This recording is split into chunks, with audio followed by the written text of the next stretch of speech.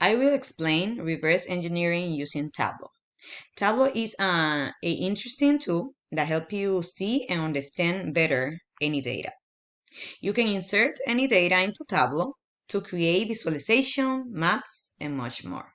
Now, to reverse engineering, first you have to go to the Makeover Monday website. That is this website that you can see here. This website was provided by the professor. So then you click the year that you want to use. Then in the data column, you're gonna select the data that you prefer. In my case, I will be using here the data for a Nike factory location. So you hit the data and it's gonna take you to the data website, the original visualization.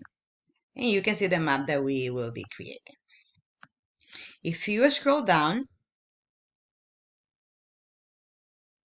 here, you click download, connect to third-party apps, Tableau, you copy the link, done. Then you go to Tableau. Here it is. Okay. Web data connector. Paste the link and hit enter. Okay, in my case, it's asking me for my username.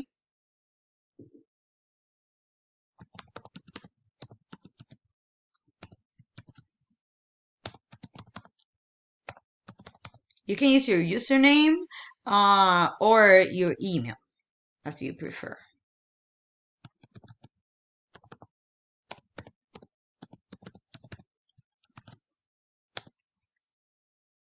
And if you already sign in, it's not going to ask you to sign in. Then it's going to take you here. So you hit connect.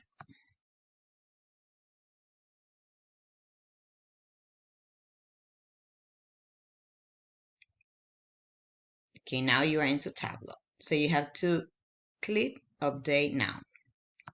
So you can see the data. Here it is. Here you can see the data. So you have to go to sheet 1 to start creating the visualization and the data into Tableau. Here it is.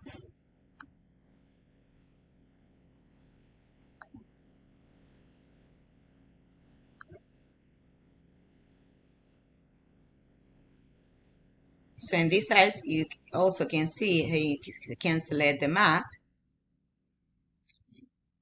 So then you have to select, here is country. So the map, based on longitude and latitude, details are shown for country, and the data is filtered on factory type and product type. You can move or scroll and you can see the map. The factory type filter keeps finished good, and the product type filter keeps material. The view is filtered on the max of the product type. But the most important is that here you can search, you see, for any country that you want to see, if you want to see separated. But also when you, here it is, when you select the country, you can see the prototype that they are using. You can see how many workers that facility has, or that country has in the facility, and the name of the country. See, here we have Canada with 237 workers,